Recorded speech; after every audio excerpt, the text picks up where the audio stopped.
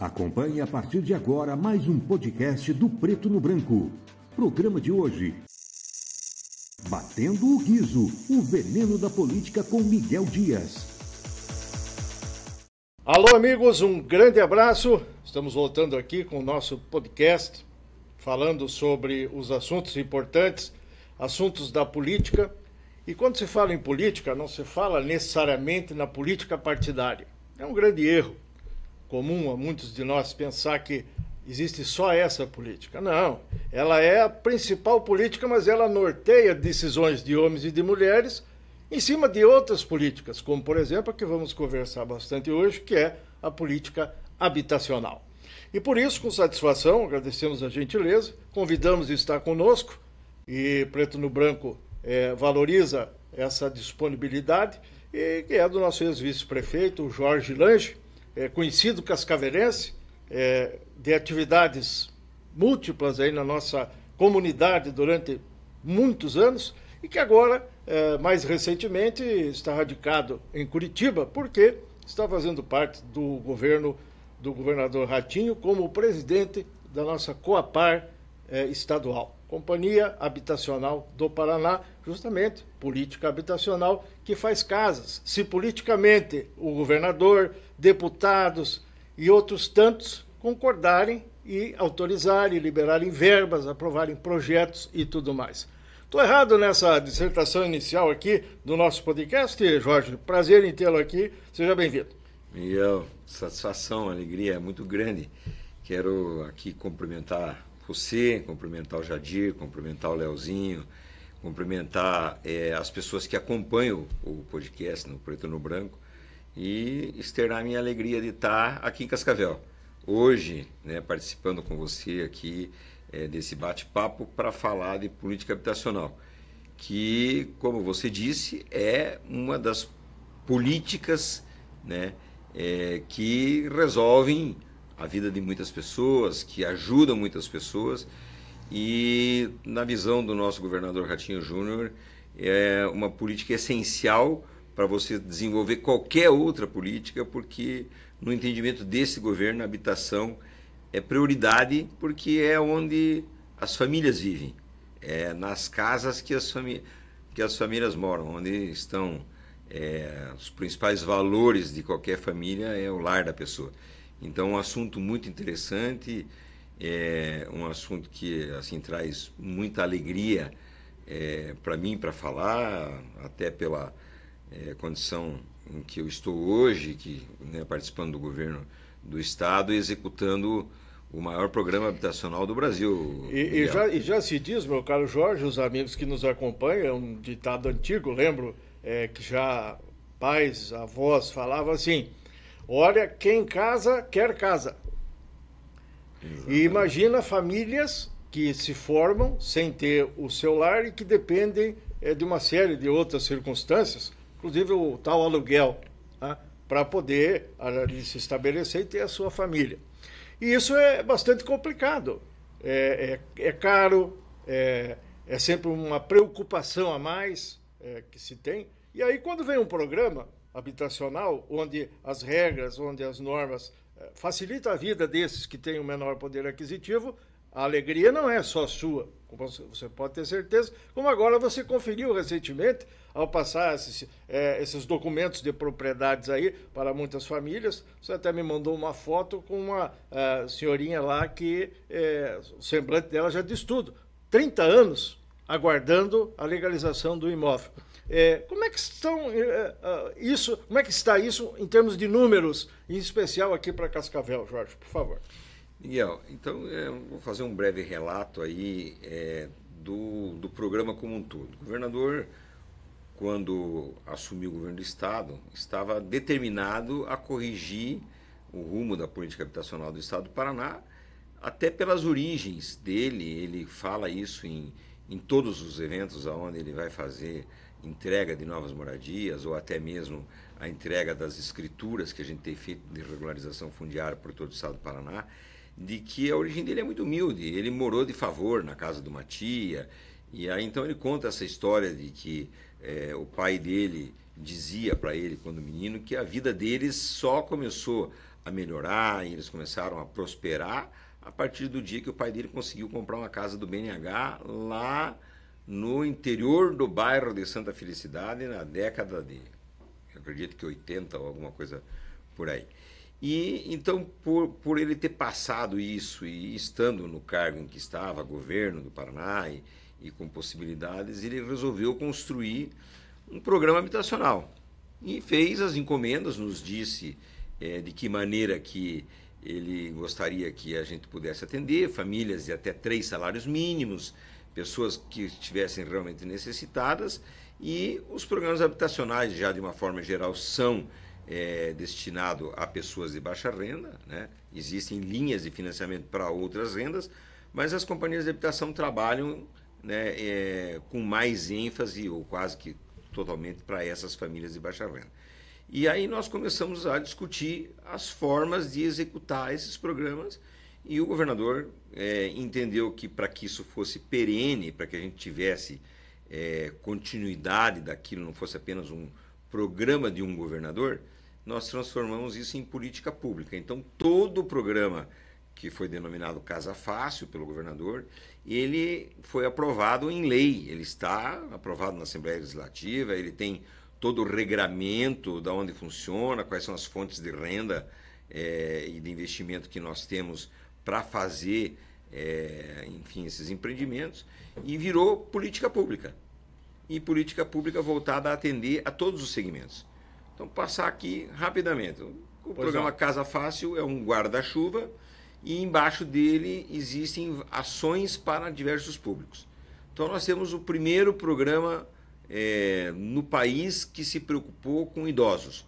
Chama Viver Mais, são condomínios para idosos que nós estamos executando pelo Paraná todo. Aí não é um número ainda muito grande, são 21 condomínios, um deles é aqui em Cascavel.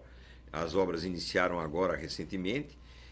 Já entregamos em Foz do Iguaçu, já entregamos em Jaguaraíva, entregamos em Cornélio Procópio, e temos assim em diversos estágios, desde projeto, contratação, execução, temos aí 840 unidades sendo construídas.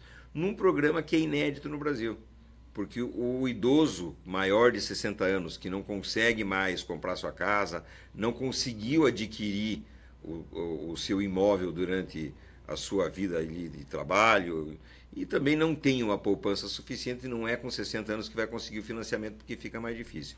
Então a gente construiu esses condomínios em parceria com os municípios entram com os terrenos, a gente faz a obra, seleciona os idosos maiores de 60, com renda até 6 salários mínimos, e a gente aluga para esses idosos a moradia. Eles podem morar em casais, 2 pessoas, podem morar em 2 pessoas nesse condomínio, e a contrapartida do município e também uma parte do Estado é que essas pessoas têm atendimento, ou seja, diariamente tem lá assistente social, nós temos a presença do educador físico, nós temos lá a presença de enfermeiro ou enfermeira 3 vezes por semana, e o atendimento médico 1 vez por semana. Porque lá tem ambulatório médico, lá tem todo o preparo desse condomínio para que as pessoas continuem envelhecendo saudavelmente, seguramente dentro desse condomínio, com qualidade de vida, com diversão, enfim, tudo pensado dessa forma. As tomadas são na metade da parede, a horta é a altura do abdômen para que as pessoas não precisem se abaixar, as ruas internas do condomínio que não tem carro, elas são a pista de caminhada para que eles façam os seus exercícios, tem academia. Os mais novos, agora os mais recentes, inclusive aqui de Cascavel, já tem piscina térmica, que é para fazer hidroginástica, enfim, pensado para o idoso. Então é um programa para idosos. Nós temos um outro programa que chama Vida Nova. Nós já fizemos uma experiência com 1.456 unidades, que a gente trata de pessoas que estão em situação de favela ou de assim, vulnerabilidade muito alta. Entregamos dessas 1.456, já entregamos em torno de 1.200 e alguma coisa, está concluindo algumas cidades, foi o projeto piloto, e estamos tratando no BID um financiamento de R$1 bilhão, já está aprovado, vamos assinar no segundo semestre, aonde a gente vai atuar no estado inteiro, desfavelizando cidades. E o compromisso desse programa é chegar numa cidade, tirar todas as pessoas que estão em situação de favela, e a prefeitura assume um compromisso de não deixar mais se fazer favela nessa cidade. E nessa primeira etapa a gente deve reunir aí umas 7.000 unidades, aí a gente deve construir nesse primeiro projeto, que vai ter continuidade, e ele também é lei, também é política de Estado, e ela tem a intenção de que em 15 anos o Estado do Paraná não tenha mais favelas, em nenhuma das cidades. Por que essa determinação do governador, essa obsessão de a gente eliminar a favela do Estado do Paraná? O Estado do Paraná é um dos estados mais ricos do Brasil, é a 4ª melhor economia do país. O Estado do Paraná é o maior produtor de alimento por metro quadrado no mundo. Então nós não conseguimos conviver com essa possibilidade de que num estado tão rico como esse, a gente possa ter pessoas morando em situação de altíssima vulnerabilidade ou em situação de favela. O programa está andando, já tem piloto. Aqui na região nós entregamos em Cantagalo um desfavelamento, Vila Xemim, chama em Cantagalo. Quem tiver aqui da nossa região indo para Curitiba, quando chegar em Cantagalo, passou aquele primeiro radarzinho que tem ali na 277, olhe para a sua direita, foi construído agora um restaurante bonito ali, atrás era uma favela, hoje é um bairro residencial.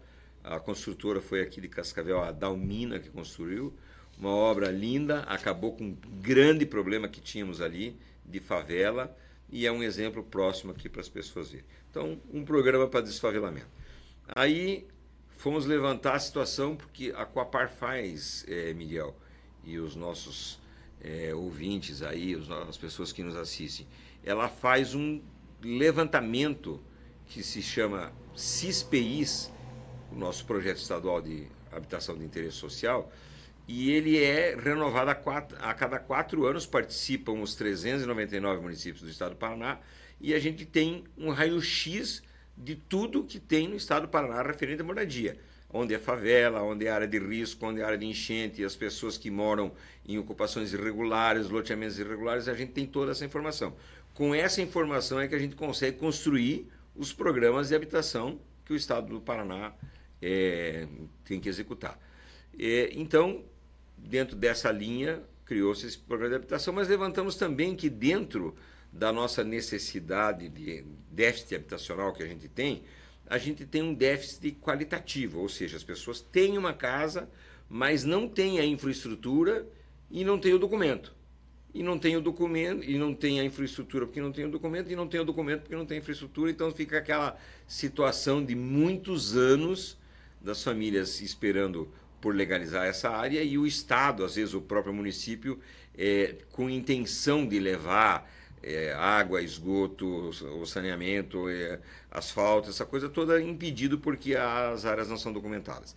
Então nós fizemos um grande projeto que chama Escritura na Mão, Morar Legal, e esse projeto a gente contratou 16.000 unidades no estado do Paraná. Nós já entregamos muito próximo disso, tem algumas que ainda estão em cartório, várias delas ainda estão rodando em prefeituras, enfim, é um trabalho bem burocrático, demanda de bastante tempo, mas resolve, Miguel. E assim como a gente entregou ontem, essa senhora que você fez menção, chama-se Dona Yolanda, mora ali no Jardim Paranaguá, e ela mora no mesmo lugar há 30 anos, e há 30 anos ela esperava pela possibilidade de poder receber o título e ter a sua moradia em seu nome.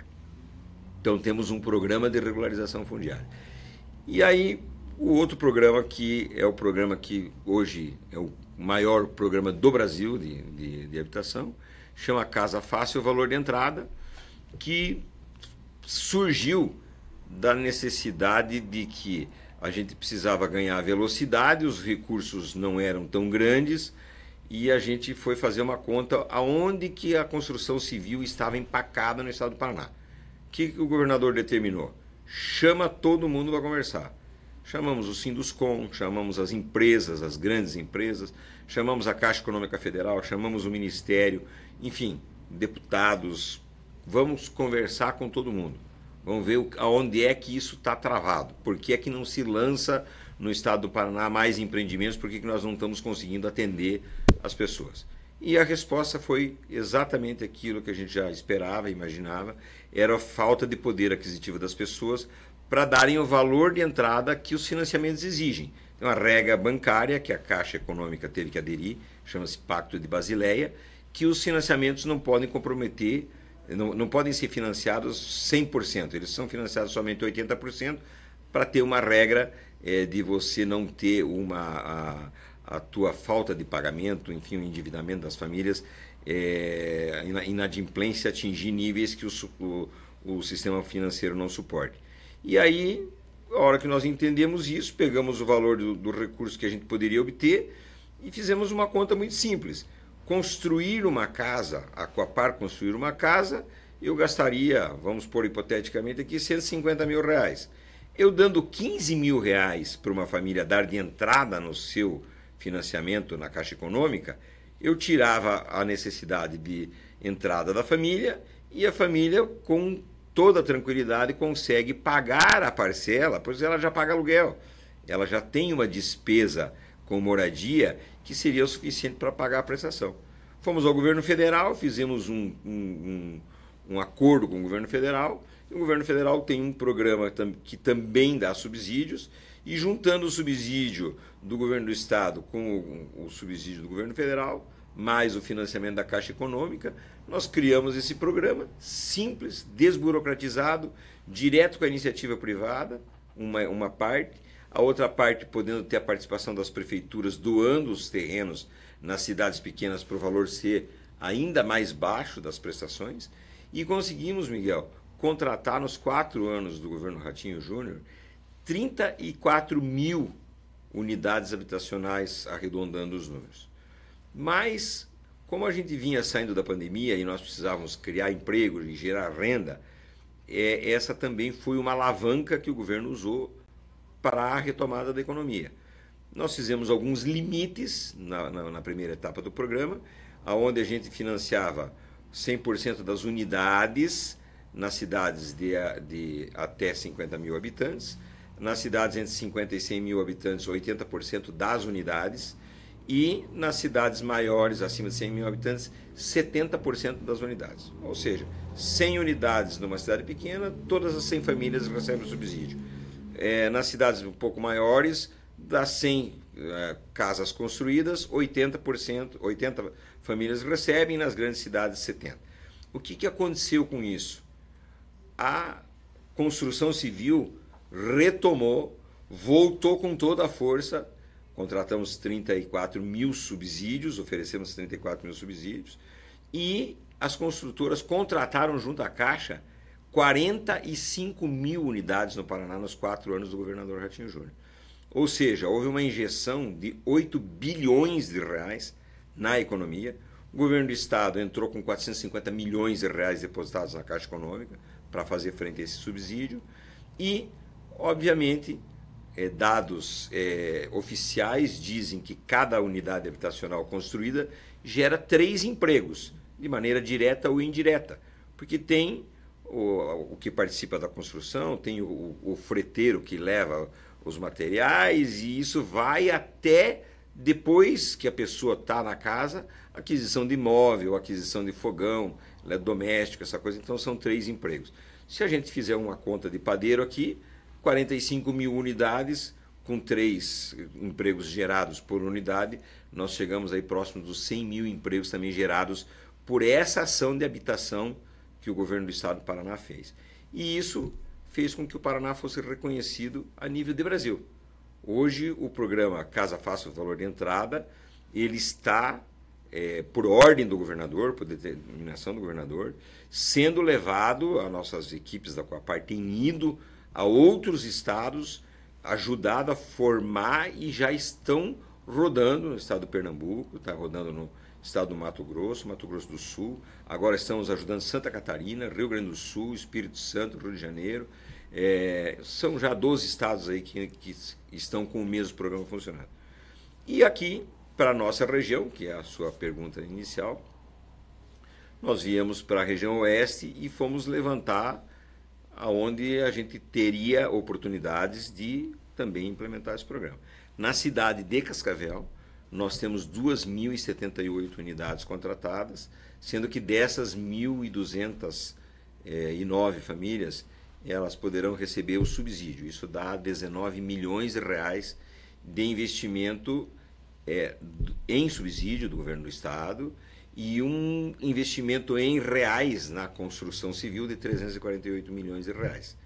Na região oeste, estamos estendendo para os municípios do entorno. O que já tem contratado são 3.400 unidades nesse mesmo programa. E está entrando agora alguns grandes empreendimentos que a gente está dando o primeiro passo, iniciando, como, por exemplo, em Palotina, que serão 1.030 unidades, ali numa composição junto com a Cooperativa Lar, com o município de Palotina. No município de Assis Chateaubriand também serão 1.000, mas assinamos 400 unidades agora, ainda as empresas ainda estão atrás de área, a prefeitura está atrás de área ainda, que ali vão ser gerados 7.000 empregos. E não tem casa para 7.000 pessoas que vão chegar aí à cidade para poderem morar naquele empreendimento. Então essa fórmula, Miguel, ela faz com que a gente consiga movimentar toda a cadeia econômica do estado do Paraná, né, e consiga realizar o sonho da casa própria, a dignidade das famílias em vários modelos que é os que eu citei aqui, que o governo do estado do Paraná, através do governador Ratinho Júnior, proporciona hoje para os moradores do estado do Paraná. Muito bem, conforme deu para observar, deixamos o presidente da Coapar do Paraná, Jorge Lange, nosso convidado de hoje, dissertar e apresentar os números sem interferir, né? Porque é chato, às vezes, o entrevistado quer fazer, tem até uma decoreba, né? E aí o repórter começa a atrapalhar e perguntar, mas muitas perguntas aí a gente tem em relação a isso ainda, porque, veja bem, ali diz o seguinte, ó, batendo o guiso, o veneno da política. É isso que o Jadir botou na tela atrás e tal, né? Mas não necessariamente temos que fazer isso no começo do programa. Podemos fazer mais para o fim e o Jorge não foge dessas questões, dessas perguntas políticas, partidárias e tal, enfim. Porque se está onde está, fazendo o que faz e chegou onde chegou hoje nessa função, o caminho foi político, né, Jorge? Foi político, com certeza. Nada caiu do céu. Participação na sociedade, né, Miguel? Eleição, candidatura, discussões e tal, né? Onde as políticas públicas, que se chama, né? Sim. Tem a partidária, eu tenho ela como a mãe de todas. Mas depois tem as públicas, que os políticos vão ter que tocar, desenvolver, fazer como você disse aí, que o governador Ratinho decidiu, tinha que fazer investimentos, tinha que olhar para a habitação e quem sabe teve que sacrificar ou está sacrificando outros momentos do governo onde poderia dar prioridade, porque sabemos que não tem dinheiro para tudo. E você fez toda uma dissertação aí, falou em pandemia e tal, e nós temos várias situações provadas e comprovadas de que o custo ficou quase que proibitivo para grandes investimentos por esses tempos bicudos aí, onde o aço teve aumento de 100%, o vidro 130% e outros componentes, né, para se construir e tal também. E aí onde eu quero chegar? Tem que ter dinheiro para tudo isso. Você falou em aportes financeiros, se reparte um pouco isso, porque daí o governo não precisa bancar tudo, né? Mas todos vão lá, participam, trabalham e aí o custo diminui. Mas mesmo assim, o que o governo pega emprestado tem que pagar, e é a sociedade que paga, né? Como é que está a situação aí? Sob controle? E você falou em inadimplência também. É muito preocupante isso? Olha, Miguel, alguns programas sociais que são feitos com contrapartida de pessoas, quando são pessoas de baixa renda, como é o caso, por exemplo, do programa Minha Casa Minha Vida, e assim, teve lá esta participação, principalmente na faixa 1, onde a Caixa Econômica cobrava prestações relativamente bem baixas das famílias, existe uma inadimplência até muito alta a gente fala aí alguma coisa em torno de 40% de inadimplência. Então é um volume bastante alto que talvez a fórmula de fazer tenha sido de maneira errada. Eu tenho hoje uma amizade com o deputado Fernando Marangoni, que é o relator da medida provisória do Minha Casa Minha Vida, que está ocorrendo nesse momento no Congresso Nacional, onde ele diz que as correções que se devem fazer, por exemplo, no uso do dinheiro, a gente não atrapalhar a vida das famílias. Porque quando a gente trata de uma família que está lá na área bem pobre, ela não tem nada, ela está num terreno invadido, numa casa precária, está com um gato de luz lá, um gato de água, enfim. Ela vive numa situação difícil, mas ela está ali sobrevivendo, trabalha, tem aquela convivência na comunidade onde ela está inserida, amizades, enfim, as pessoas se ajudam a se cuidar, essa coisa toda. Aí vem um programa habitacional e pega essa senhora lá daquele local e leva para um belo de um apartamento, numa região mais distante da onde ela estava habituada, coloca lá, muito bem instalada, tudo muito certo, muito bonito. A situação de emprego dessa pessoa não mudou nada de ontem que eu tirei ela daquela situação e coloquei na nova situação. Quando passa 30 dias, embaixo da porta desse apartamento chega a primeira conta de luz, chega a primeira conta de água e chega o tal do condomínio, que quando junta isso tudo, dá lá 200, 300 reais, depende muito do lugar onde a família está inserida. E aí começam os problemas. Aquela família nunca teve essa despesa e muito provavelmente não tem condições de arcar com essa despesa. O salário dela, a renda dela não mudou. Não mudou mesmo, né? Continua exatamente aquela renda anterior. E nos programas anteriores ainda tinha essa contrapartida de mais 70, 80 reais. Talvez para muitas pessoas que estejam nos ouvindo, 70, 80 reais não parece um valor significativo, mas para famílias de baixa renda, para quem está em vulnerabilidade social, qualquer valor é significativo e qualquer valor faz a diferença no dia a dia daquela família. Então, eu acredito que essas regras que eu tenho participado, eu sou ainda vice-presidente da Associação Brasileira de Coabs, já há 4 anos. Fui eleito agora, no mês passado, o presidente do Fórum Nacional de Secretários de Habitação. Então, são 26 secretários de Estado e mais o Distrito Federal, onde a gente discute essas políticas públicas com o Ministério. Fora da nossa política partidária, fora da coisa eleitoral, eu estou participando, a pedido e por orientação do governador Ratinho Júnior, junto ao governo federal, para que a gente construa, junto com eles, um modelo que seja eficiente, que atenda as famílias, que resolva também parte dessa situação de inadimplência, de que os valores não são suficientes. E eu, assim, tenho muito claro, eu conversei já por 4 vezes com o ministro Jader, que é o novo ministro das Cidades, eu tenho muito claro que esse governo vai fazer uma separação assim bem justa na forma do programa. Vai dividir metade do recurso para as pessoas que podem pagar financiamento, pegar lá o nosso subsídio, mais um outro subsídio do governo federal e tocar a vida, e vai fazer para as pessoas de família de baixa renda e aqueles que estiverem em situação de vulnerabilidade comprovada, lá no Bolsa Família, lá no BCP, essas famílias não vão ter prestação nenhuma, elas vão receber a casa e vão entrar. As exigências que o governo vai fazer para que se construa para a faixa 1 agora, é o que vai dar a grande diferença.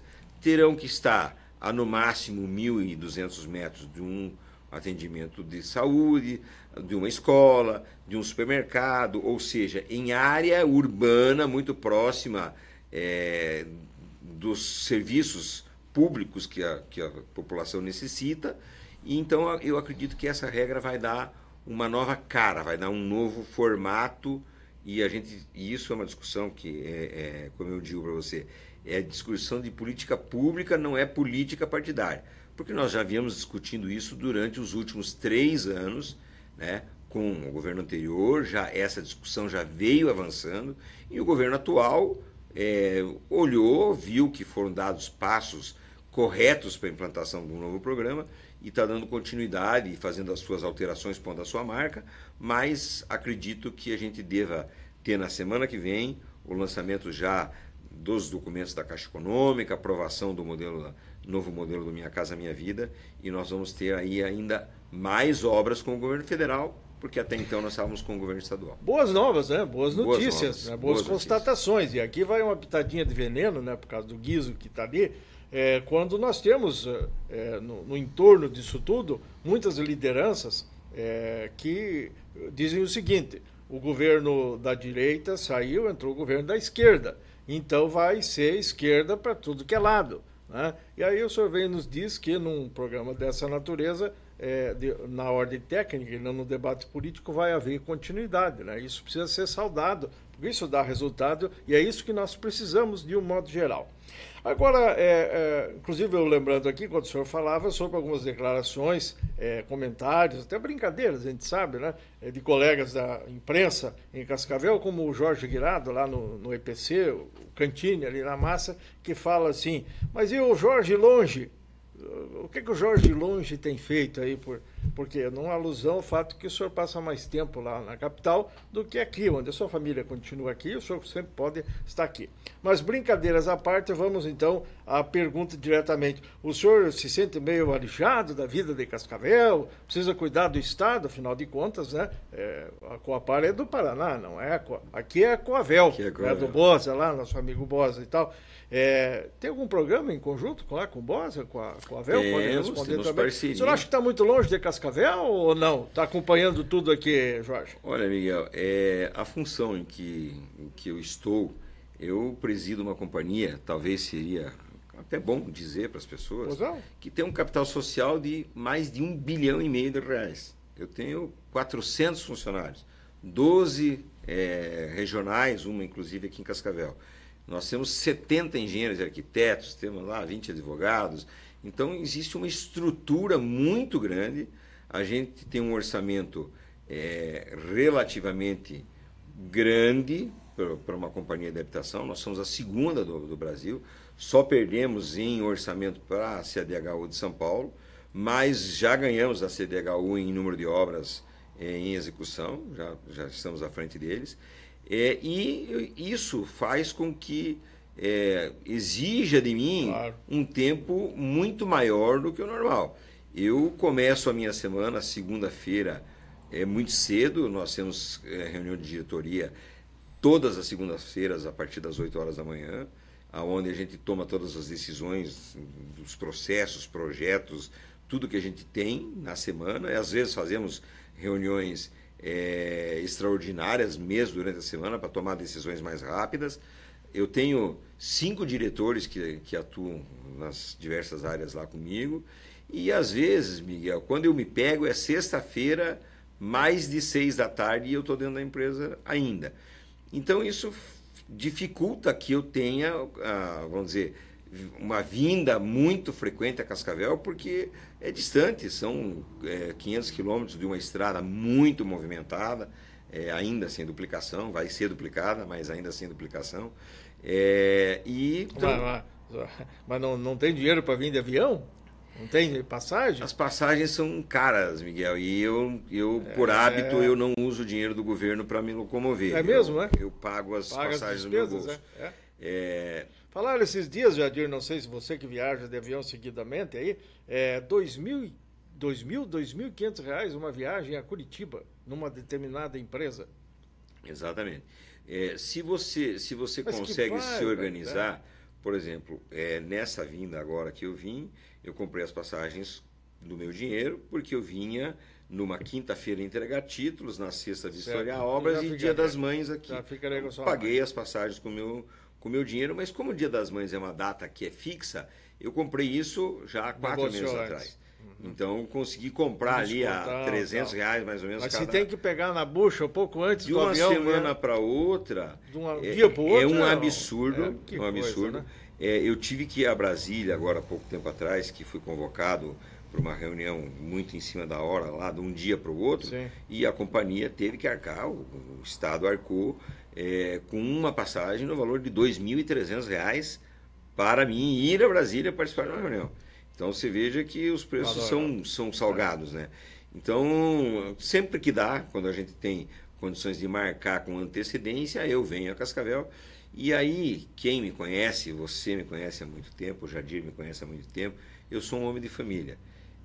Eu venho a Cascavel, eu vou ao escritório da Coapar muito pouco, até porque consigo trabalhar de casa remotamente. Sim. E os poucos dias que eu tenho aqui, eu procuro dedicar a minha mãe, ao meu irmão, enfim, a minha família. Às vezes, um sábado, um domingo, eu não vou em nenhum evento político ou partidário, alguma coisa, porque eu procuro dedicar esse tempo a eles. Pois é, e essa distância, sua né? ausência é notada, você sabe disso, né? O pessoal diz, o Jorge chutou o pau da barraca mesmo. Brigou com o Paranhos, brigou com o PSD, que é o seu partido, brigou com todo mundo, não aparece, não vai em lugar nenhum na questão política. Então agora está sendo explicado aí, né? Com o Paranhos está tudo bem, né? Tá tudo não tem bem. Briga nenhuma. Não tem briga. Se tivesse, era um problema a mais para resolver, então melhor não brigar, né, presidente? Não. Até ontem estive com ele fazendo a entrega na prefeitura. Dos documentos. Dos né, documentos. Esse que nós falamos. Isso. E fui surpreendido lá, ele acabou fazendo lá uma homenagem à minha pessoa, um reconhecimento pelos serviços prestados, por estar junto com ele como vice-prefeito. Assim, não seria o ato, ali seria formal, um ato técnico, e ele fez um agradecimento. O Paranhos é político, né? O Paranhos é político, por isso que é o Paranhos, considerado um dos melhores prefeitos do Paraná. Fala-se até que nome muito forte para disputar o governo do estado lá mais para frente, em função de saber juntar as coisas, né? Isso é uma característica que é bom para a condução. Porque imagina uma homenagem, mesmo que não necessária, o senhor não veio para cá para ser homenageado, né? Não. Sempre bom, né? Motivo. E assim, é o ato de saber fazer política, né? Justamente. Que aí são coisas que, assim, não são todos que têm essas habilidades. Nós temos alguns cascavelenses que são hábeis, né? Outros tentam ser. Outros tentam ser, não conseguem. E outros não conseguem. Né? Mas eu acho que ele é um dos políticos habilidosos aí que a gente tem. Com a Coavel, tá tudo certo? Tem conversa? Não, tudo certo. Quando tem possibilidade, fazem parcerias? Sim, até o Bosa é um menino esforçado aí, e o pessoal tem elogiado bastante. Muito, é o presidente atual da Coavel. O senhor conhece também a companhia bem de perto. Sim. Né? Não, e ele é muito capaz, e ele é funcionário da Coapar. Ele ele é engenheiro de carreira. Exatamente. O prefeito nos pediu a sessão lá do trabalho dele, e a gente Ele está fazendo um bom trabalho. Tá fazendo um bom trabalho. Queremos dar esse depoimento aqui. Agora, o PSD, o senhor era presidente, né? E de repente entregou para o Assis Marcos, e agora Assis Marcos já entregou para o Gugu Bueno e tal. É assim mesmo que faz? Veja bem, Miguel, eu com a minha estada em Curitiba, eu fiquei distante do dia a dia político partidário aqui de Cascavel. Eu tinha na pessoa do Assis Marcos, o meu vice-presidente do diretório, uma pessoa de minha inteira confiança, tem o Beto Guilherme lá, o Cordeiro, o Suco, enfim, as pessoas que fazem parte da nossa executiva municipal, e eu achei que seria de bom tom e produtivo para o partido de que eu me licenciasse e que eles tocassem aqui, até porque a gente tinha, né, uma eleição municipal que aconteceu no ano de 2020, e a minha distância e tendo que cuidar também de outros municípios, eu faço parte do diretório estadual do partido, ficaria assim mais bem acompanhado por eles. Aqui fiz essa abertura. Com a vinda posteriormente do Adelino para o partido, a vinda do Gugu Bueno para o partido, a eleição do Gugu Bueno, não tem nada mais lógico de que você tendo um deputado estadual eleito na cidade dele, que ele seja o presidente do diretório municipal. Não me foi nem pedido isso, nem sugerido, mas eu mesmo tomei a iniciativa de chamar o Gugu Bueno, falei com o governador, falei com o nosso secretário-geral, que é o Ortega, o Ciarra, que é nosso consultor político lá em Curitiba, e foi por unanimidade de pensamento de todos, de que havendo um eleito na cidade, eu acho que a gente tem que dar para ele o comando da sigla do partido, até para que ele fortaleça o partido, enfim, ele tem uma estrutura partidária mais fortalecida. Então a gente tomou essa atitude e passou para ele, e ele também, nessa mudança toda, ele vira um potencial candidato à eleição a prefeito, é um dos nomes que estão postos aí. Hoje é o nome do PSD que está posto aí, e acho que dessa forma a gente vai ajustando as coisas. O PSD teve a eleição agora na semana passada do diretório estadual, nós cumprimos a norma lá, o Brasil inteiro elegeu as suas estaduais, nós fizemos a eleição, o governador Ratinho Júnior continua como presidente, o Ortega como secretário-geral, eu sou membro do diretório, e nós devemos começar agora, a partir de agora, fazer a revalidação das municipais, e deverá passar aí em todos os municípios do Paraná. Nós temos diretórios municipais em todos os 399 municípios, e vamos fazer isso a partir de agora. Inclusive, só para constar, não sei se já ficou necessário, mas para ficar bem claro, o Jorge Lange está na Coabar já desde o governo primeiro do Ratinho. Primeiro governo o Ratinho reelegeu e reconduziu o Jorge para a Coabar. Por isso que você está falando lá de 2020, logo depois, por causa disso aí. Inclusive, levou gente de Cascavel para lá, né? Tivemos lá o ex-deputado André, que agora não está mais, e acho que ainda está o nosso advogado, ex-procurador da Prefeitura Municipal, doutor Luciano Braga Corte. É uma grande figura, nosso amigo também, nosso assinante aqui, os cumprimentos para ele. O senhor falou do Suco. O Suco tentou uma eleição, não conseguiu e tal, né? E aí, dia desses, nós tivemos alguns comentários aí que eu vou fazer menção, até porque se tornaram públicos, e eu tenho a impressão que o senhor tem conhecimento em relação a isso. Verdade que o Suco está abandonado pelos amigos e tal, ou não? Não, absolutamente.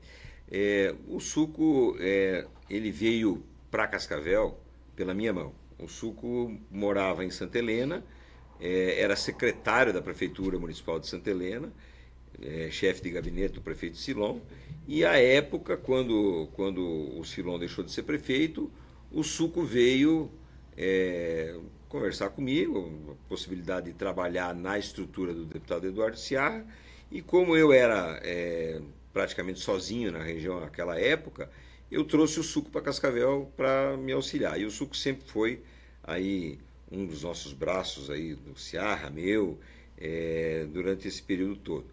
Na mudança agora anterior, na mudança passada, depois que ele deixou de estar com o deputado Evandro Roman, o Suco tomou uma decisão de disputar uma eleição.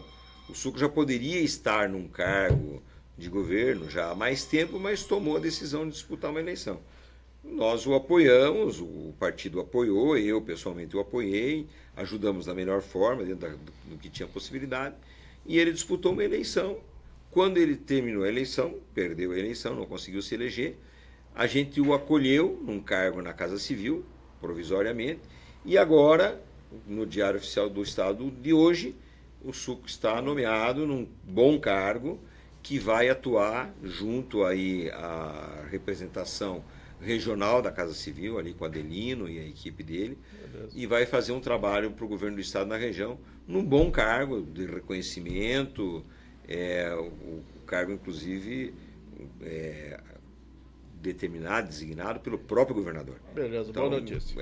Está bem cuidado e faz parte de todo o processo aí que o PSD vai passar. Muito bem, Jorge. O nosso tempo estoura nesse momento. Quero aqui já deixar o convite para uma próxima oportunidade, porque outras questões vão aparecer no âmbito de Coapar, no âmbito do Estado do Paraná, de região, e a gente vai fazer questão de ouvi-lo também nas oportunidades em que isso for possível. Suas considerações finais aí, por gentileza. Só, Miguel, agradecer. Você é sempre uma pessoa muito simpática, muito receptiva comigo. Nós temos uma amizade de longa data. Só agradecer a você, agradecer ao Jadir, ao Léo, pela acolhida aqui e a oportunidade de estar falando com as pessoas que vocês atingem, né? Deixar um grande abraço a todos, dizer que com muito orgulho estou em Curitiba, representando a cidade de Cascavel, a região oeste do Paraná, e cuido lá dos assuntos, Miguel, não só de interesse da habitação, mas todos aqueles que chegam para mim que são de interesse, né, aqui da nossa cidade, da nossa região. Não faço propaganda disso, não tenho assim nenhuma intenção eleitoral, mas como as pessoas que me conhecem sabem, eu estou sempre disponível e naquilo que eu possa contribuir, ajudar a nossa cidade, nossa região, o estado, eu estou sempre à disposição. Agradecemos aí o Jorge pela gentileza, a todos que nos acompanharam, o Jadir, nosso operador aqui do programa, com todos aqueles que se envolvem nessa série de podcasts que nós temos no Preto no Branco. Falamos de política, falamos de social, falamos de esporte, daqui a pouco mais estaremos falando também aí com o Dr. Miroslav Balak sobre saúde, com o vereador Madril também convidado sobre Câmara Municipal e outros assuntos que aparecem no dia a dia. Obrigado, Jorge, um grande abraço, fiquemos com Deus e até a próxima.